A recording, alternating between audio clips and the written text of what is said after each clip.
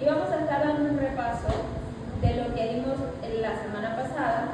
Y la semana pasada estuvimos hablando principalmente de la provisión divina para el matrimonio. Este punto se dividió en tres, que fueron, primeramente, igualdad y distinción, y estuvimos basado en Génesis 1:27, donde hablamos que fue el hombre creado a la imagen de nuestro Señor Jesucristo, o de nuestro Señor Dios. Este estableció esta imagen perfecta en el hombre. No fue una imagen que fue hecha por el hombre como tal, sino que Dios mismo puso esta imagen y semejanza en el hombre. Esta imagen original estaba basada en los principios absolutos y eternos de Dios, que predominaba en la deidad, ¿verdad? También hablamos que Dios creó al hombre y mujer, varón y hembra los creó. Esta es la imagen original de la familia. Entre la unión del hombre y la mujer se puede formar este hogar tan hermoso que Dios estableció. También hablamos que estaban capacitados para amarse mutuamente, y estaba basado en Génesis 1:28, donde Dios los bendijo y les dijo que se multiplicaran y se fructificaran, llenaran la tierra y la sojuzgaran. También hablamos de que estaban rodeados de oportunidades, y estaba basado en Génesis 1:28 y 29, donde hablamos que señorear era la primera palabra definida para administrar. ¿Y qué iban a administrar? Pues todo aquello que Dios les había otorgado, como era la tierra, el huerto del Edén y todos los animales, todo lo que estaba en su mano y había sido creado. Dios se lo entregó al hombre para señorear sobre él. También hablamos del segundo punto, de la dinámica de la unión conyugal, y que estábamos basados en Génesis 2:18 y 21:24, donde en primer lugar hablamos sobre la crisis de la soledad, que estaba ubicado o estaba basado en Génesis 2:18, donde el mismo Dios expresó que el hombre estaba solo y dijo que no era bueno que el hombre estuviese solo. Y ahí formó o dijo esa expresión de le haré ayuda idónea para él. Entonces definimos lo que era que no es bueno, y nos enfocamos en que esta expresión no indicaba el descubrimiento de un error, sino que era una manera de que el hombre viera la necesidad de esa ayuda para él, y que la ayuda idónea o ayuda a su medida, es decir, una ayuda igual a su propia naturaleza. Hablamos también de estos dos términos que fueron fundamentales para entrar en esta nueva parte de la enseñanza. Y bien, nos quedamos en este punto y entramos al nuevo punto, que se llama la necesidad de ayuda idónea, y está basado en Génesis 2:21 y 22, donde ayuda idónea o ayuda a su medida se define por la palabra ayuda en hebreo, que se define como eser, que quiere decir rescatar, salvar y ser fuerte. La palabra eser, así como eser. ¿Se acuerdan de ese término que dice ebenecer? Al final dice eser, pues ese término viene de ahí también, que quiere decir rescatar, salvar y ser fuerte.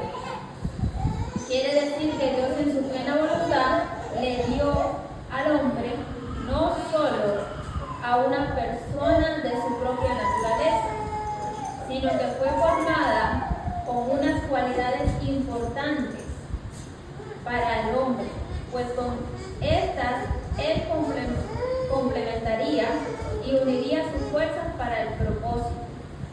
Entramos en este punto de la necesidad de ayuda idónea. Y dijo Jehová Dios: no es bueno que el hombre esté solo, me haré ayuda idónea para él. Génesis 2:18. Esta necesidad fue suplida y a la vez fue Dios quien le dio y eligió la ayuda a la medida del hombre. Le haré ayuda idónea para él. Aunque dice, Génesis 2:20, y puso Adán nombre a toda bestia y ave de los cielos y a todo ganado del campo, mas para Adán no se halló ayuda idónea para él. Vemos que el hombre no buscó ni pidió una ayuda para él. No obstante, Dios en su soberanía, que trasciende todos los tiempos y edades, dijo del hombre. Génesis 2:18, nuevamente repito, no es bueno que el hombre esté solo. Dios como creador y arquitecto de la familia no pierde ni perdió ningún detalle en lo que estaba haciendo. Ya de antemano, él sabía el papel importante que tendría la mujer en la imagen original de Dios en la familia. Una imagen hermosa, pura y perfecta, hecha y creada por Dios para representar su imagen en la tierra, basada en los principios absolutos y eternos de Él, en su amor, en su justicia, en santidad, en unidad de tres personas divinas y eternas que subsisten en la deidad, que se reflejaría en la familia como representante de Dios en la tierra. La mujer, al ser formada, se le entregó a Adán como culminación del complemento del hombre y a la vez como la representación del hogar, donde dos personas, el hombre como administrador, proveedor del hogar y sacerdote, y la mujer como aquella ayuda que edificaría junto a su esposo la casa, ambos con diferentes papeles o funciones, pero uno a la vez, una unidad perfecta donde el dominio no existe en ninguno, sino que ambos se ayudarían entre sí. O sea, aquí quiere decir que no es que el hombre sea mayor que la mujer, ni que la mujer sea mayor que el hombre, sino que en ambos se tendría o se hallaría una unidad perfecta, donde el hombre respetaría a la mujer y donde la mujer respetaría al hombre, y los dos serían una sola persona o un solo ser, como hablamos la semana antepasada, que dije que ellos se unirían y serían un solo ser, ese ser que Dios quiere que nosotros seamos en Él, en su perfecta voluntad. En el caso de la mujer, como ayuda idónea, vimos al principio que Dios se la dio a Adán, no la buscó. Adán no buscó a la mujer, Dios se la entregó a Adán. Pero Dios en su omnisciencia conocía la necesidad del hombre y por eso dijo, no es bueno que el hombre esté solo. El papel de la mujer dentro de la Sagrada Escritura es sumamente importante y vital dentro de la familia. Su rol tiene un peso principal dentro del hogar. Primeramente por ser la procreadora de los hombres. Dios la usó como instrumento para llevar a cabo el plan de redención para toda la humanidad. Y aquí entramos en el punto número 3, que es la aceptación mutua. Y estamos en la palabra del Señor en Génesis 2, 23 a 24. Al leer Génesis 2, del 22 al 24, cualquier persona que lea este pasaje puede percibir la emoción que tuvo Adán cuando Dios le entregó Y de la costilla que Jehová Dios tomó del hombre, hizo una mujer y la trajo al hombre. Vemos claramente lo que acabamos de decir. Dios fue quien trajo a la mujer al hombre. Dijo entonces Adán: esto es hueso de mis huesos y carne de mi carne. Esa expresión es una expresión no de que, esto es hueso de mi hueso y carne de mi carne. No, es una expresión de emoción en el cual Adán, que estaba solo y se sentía solo, dijo: Dios me ha dado una persona igual a mí, un ser igual a mí que me ayude y me acompañe durante toda esta vida. Entonces, esta será llamada varona, porque el varón fue tomado. Por tanto, dejará el hombre a su padre y a su mujer, a su padre y a su madre, y se unirá a su mujer, y serán una sola carne. Las palabras de Adán: esto es ahora hueso de mis huesos y carne de mi carne, esta será llamada varona, viene del hebreo Isha, con H intercalada, porque el varón del hebreo Ish fue tomada. Se puede resumir de un comentario hecho por Matthew Henry de este pasaje leído, que dice de la siguiente manera: la mujer fue formada de una costilla, es decir, del costado de Adán. No fue hecha de su cabeza como para tener dominio sobre él, ni de sus pies como para ser pisoteada por él, sino de su costado para ser igual a él, debajo de su brazo para ser protegida, y de junto a su corazón para ser amada. La igualdad que expresó Adán es una igualdad que se enfatiza al equilibrio que debe tener ambos dentro de sus funciones dadas y correspondiente por parte de Dios. El exceso o el extremo que le puede dar cada uno a su rol o tarea dentro de la familia o de su hogar, porque era un hogar, puede llevarlos al dominio o control de uno al otro, perdiendo en sí el verdadero propósito del hombre y de la mujer, dentro y fuera del hogar. Estas verdades son indiscutibles. Sin embargo, la función tanto del hombre como de la mujer deben ser conocidas, entendidas y aceptadas dócilmente.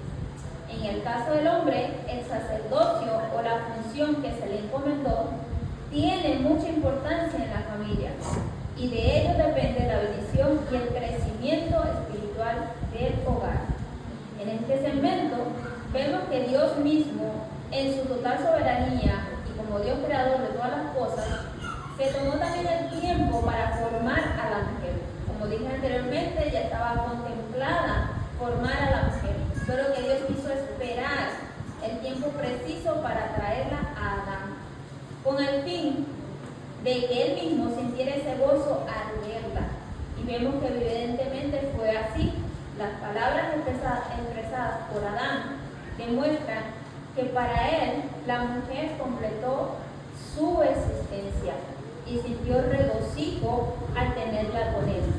Aunque fue tomada del hombre, él la hizo suya con estas palabras: esto es ahora hueso de mis huesos y carne de mi carne. Cuando entendemos estas palabras, vemos que Adán estaba diciendo: voy a cuidarla como me cuido yo, voy a amarla como me amo yo, voy a tratarla como me trato yo. Por esto, el matrimonio no solo es firmar un papel y decir: estoy casado con tal persona o con esta persona. No es así. El matrimonio es la unión de dos personas que se comprometen a amarse, a cuidarse, a protegerse, entregarse, respetarse, hacerse compañía, tener tiempo uno para el otro.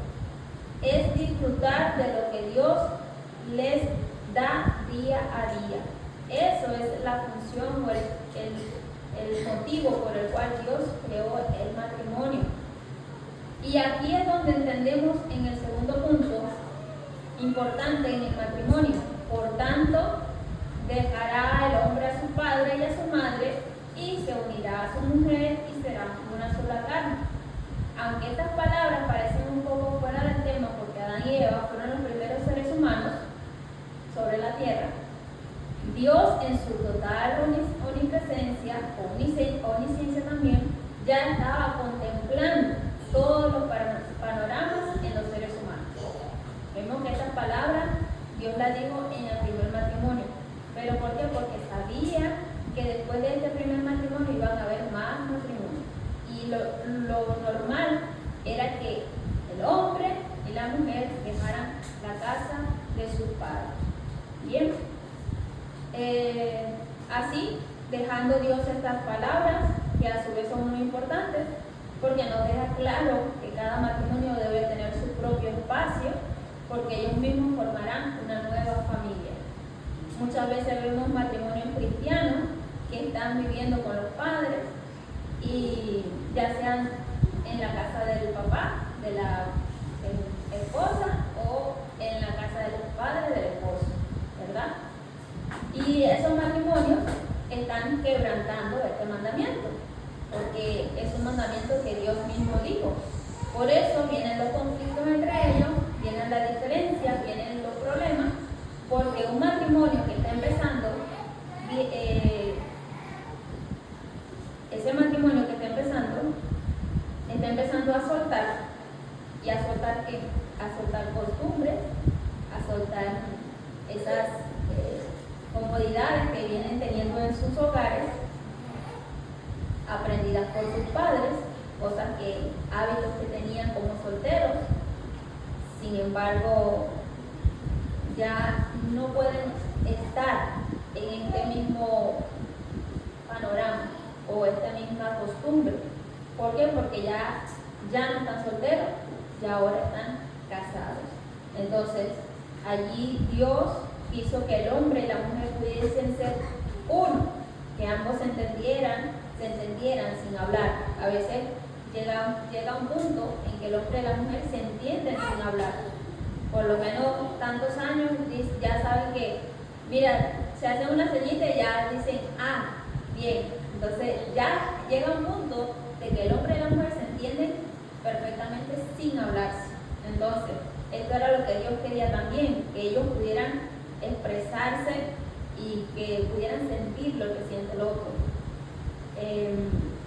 Otro punto también que podemos ver aquí es que su necesidad fuese la necesidad del otro. Dios no quiere a dos personas unidas para discutir entre sí. Eso no era el plan de Dios. No era que Dios lo había votado para que pelearan a cada rato, ¿verdad? Sino para que puedan entenderse y completarse. Debemos estar dispuestos a soltar cosas aprendidas a lo largo de nuestro crecimiento, para que así la luz de Cristo pueda iluminar nuestras vidas y ser como Dios quiere que seamos desde un principio. Al aceptar que tenemos muchas cosas por mejorar, aceptamos que la otra persona nos conozca como somos, pero que estamos mejorando en Dios para ser dignos de ser amados por alguien. Nuestra vida debe ir en ascenso y crecimiento para mejorar. Si esto no es así, pues no podemos detener a una persona a nuestro lado, porque vamos a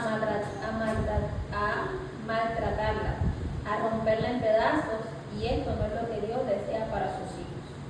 Bien, aquí terminamos con el punto número 2 punto número 3 de la lección 2. Y entramos al punto número 3, donde dice que los hijos de gozo y dolor. Los hijos de gozo y dolor. Génesis 4, 1 y 2. Este pasaje estos dos, voy a abordarlo porque es muy cortito, realmente, muy corto en lo que es. Y es la primera lección es Caín, una esperanza frustrada. Caín, una esperanza frustrada. Está en Génesis 4.1. Aquí el término de la palabra del Señor, donde dice, conoció Adán a su mujer, la cual concibió y dio a luz a Caín, y dijo, por voluntad de Jehová he adquirido varón. El término conocer se usa aquí para denotar la intimidad sexual de la relación matrimonial. Fíjense que estamos hablando de la intimidad sexual de la relación matrimonial. Aquí ya empieza la intimidad sexual. Este término es un eufemismo utilizado para suavizar una expresión que, si siendo franca, sería dura o malsonante. Por eso se utiliza este término conoció. Una vez que el hombre y la mujer son expulsados de la presencia de Dios por su desobediencia, quedan bajo pecado. Y aquí comienza la procreación bajo la imagen y semejanza del hombre caído. Queda claro que ya aquí, cuando el hombre y la mujer son expulsados del huerto, quedan bajo la imagen, los hijos que son procreados quedan bajo la imagen y la semejanza del hombre caído. Esto es de Adán.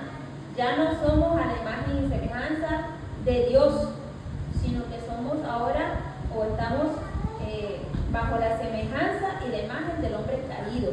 Por eso es que el pecado, una vez que ellos cometieron ese pecado y son expulsados del huerto, queda esa imagen en nuestro ser. A partir de Adán y Eva, toda la creación o todos los procreados, hijo e hija, están bajo pecado. ¿Queda claro esto? Una condición que es totalmente adherida a nuestro ser caído, porque fuimos concebidos después de la expulsión de los primeros padres, es decir, de Adán y Eva. Caín quiere decir adquisición o adquirir. Adquirí varón por parte de Elohim. Esta debe ser la actitud de toda pareja que tiene la dicha de recibir a los hijos que el Señor quiera darle. Por otra parte, este primer hijo de Adán y Eva, dicen los teólogos, que es el arquetipo de los seguidores de Satanás. Caín muestra su parentesco con el diablo en su hostilidad contra Dios y al asesinar a un hombre bueno, que era Abel, y con sus mentiras. Primera de Juan 3:12 dice, no como Caín, que era del maligno y asesinó a su hermano. ¿Y por qué razón lo asesinó? Porque sus obras eran malas y la de su hermano justa.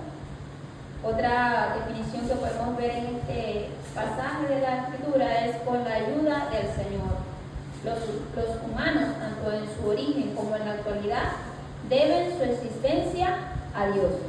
La mujer originalmente vino del hombre. Ahora el hombre viene de la mujer. Y los dos sexos dependen uno del otro y ambos dependen de Dios. En 1 Corintios 11, 8-12 habla de eso. Así entramos en el inciso B, donde Abel, un suspiro de bondad. Génesis 4:2. Este pasaje bíblico se centra en el nacimiento de Abel o Jezbel. Su significado quiere decir aliento, vapor o nada. Con la connotación de perecedero, una sombría profecía de lo que vendría a continuación. Abel, pastor de ovejas, fue el segundo hijo de Adán y Eva. Fue un aliento, un suspiro para Eva el volver a concebir varón, porque en uno de ellos se alcanzaría la promesa hecha por Dios, que de su simiente se aplastaría la cabeza a la serpiente. Una promesa que esperaban pronto se cumpliría. Sin embargo, vemos que la vida de Abel fue muy breve sobre la tierra y fue el primer asesinato registrado de la humanidad. Ningún padre quiere que sus hijos nazcan siendo malos o buenos. Simplemente está en la voluntad de Dios el nacer. Dios solamente hace que nazcan, ¿verdad? Pero debido a la voluntad y al pecado que entró en los hombres, suceden estas cosas. ¿Acaso Dios quería que Caín fuese malo y Abel bueno? De ninguna manera. Al contrario, Dios le da la oportunidad a Caín de que pudiese agradarle también con el sacrificio pactado. No obstante, la disposición de su corazón fue quien le hizo pecar contra Dios. Recordemos que una vez que el hombre y la mujer caen en pecado, su esencia es contaminada y corrupta delante de Dios. Así que por su pecado comienzan los primeros sacrificios y holocaustos a Dios. Recordemos que así como la serpiente fue astuta e indujo a Eva a pecar, pues mucho más rápido induciría a Caín o Abel a pecar, puesto que ya el pecado concebido estaba palpante en nosotros desde nuestro nacimiento. Pero Caín fue el instrumento de Satanás para dañar el plan divino de Dios. Eso creía Satanás. Pero a Dios no se le escapa nada de las manos. Él está en absoluto control y por eso Adán y Eva más adelante conciben a Set. ¿Verdad que sí? Entonces aquí vemos claramente que, ¿por qué digo que Caín o Abel no eran, como decir, Dios no dijo Caín va a ser malo y Abel bueno? ¿Por qué? Porque en el plan de Dios solamente está el que nosotros procreemos y concibamos. Sin embargo, en la voluntad del hombre, en la voluntad de que estamos ya bajo pecado, porque la humanidad entera está bajo pecado, aquí podemos ver claramente que pudiese haber sido Caín, pudiese haber sido Abel, el malo, y Caín el bueno, pero no fue así. Fue Caín quien Satanás le ensució su mente, su corazón, y pecó contra Dios. Pero estaba en el plan de Dios decir Caín va a ser el malo. No, en ningún momento. Dios no va a decir fulanito va a ser malo y fulanito va a ser bueno. No, eso está en la voluntad del hombre. ¿Por qué? Porque vemos en el mundo que hay muchas personas que no quieren saber nada de Dios, que no quieren nada con Dios. Sin embargo, hay personas que, como uno dice, con su mismo corazón ya pecan contra Dios. Entonces, ahí vemos. Por eso digo que no era que uno o el otro iba a ser bueno y malo, no estaba en el plan de Dios decir uno va a ser bueno y malo, sino que nosotros mismos en nuestra voluntad decidimos qué hacer con nuestras acciones. Y por eso en ese momento en el que Caín mata a su hermano Abel, Dios dice, bueno, ya aquí Satanás empezó a obrar en contra de la misma humanidad. Ya había hecho que Eva pecara contra Dios, pues. Sin embargo, vemos claramente que Dios tenía un plan perfecto, un plan que ni el mismo Satanás iba a poder destruir, no iba a poder meter su mano, nada que ver. Dios, si como dice la palabra del Señor, si muere uno, pues levanta otro. Pero de su simiente, esa simiente pura y santa para el Señor, iba a salir nuestro Jesucristo. Entonces allí vemos claramente que aunque el hombre quiera dañar el plan de Dios, Satanás quiera dañar el plan de Dios, pues Dios tiene siempre, como dicen por ahí, un plan B. Y siempre está contemplado una salida.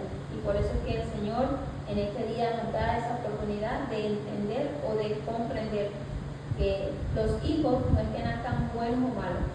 No, Señor. Los hijos nacen. Y ya en el transcurso de nuestra responsabilidad aquí en la tierra para enseñarles es que ellos van a decidir si hacen las cosas bien o hacen las cosas mal. Amén. Así que Dios nos ayuda a entender que no tenemos hijos malos o buenos. Eso ni lo digamos, porque Dios en su total plenitud hace que nosotros seamos o creamos que ese nacimiento es bueno. Todo padre, toda madre debe, cuando nace un hijo, tiene que decir que esa es voluntad de Dios. Por voluntad de Dios he adquirido varón, dijo Eva, y otra vez se regocijó cuando dio nuevamente a otro varón, ¿verdad que sí? Así que mis hermanos, hasta aquí llegó este estudio. Damos gracias al Señor porque Él nos ayude a entender las bendiciones que tiene un matrimonio, cuando es dirigido por el Señor, cuando es afirmado en sus caminos, y que todas las cosas, hombre o mujer, deben de ser uno solo en Cristo.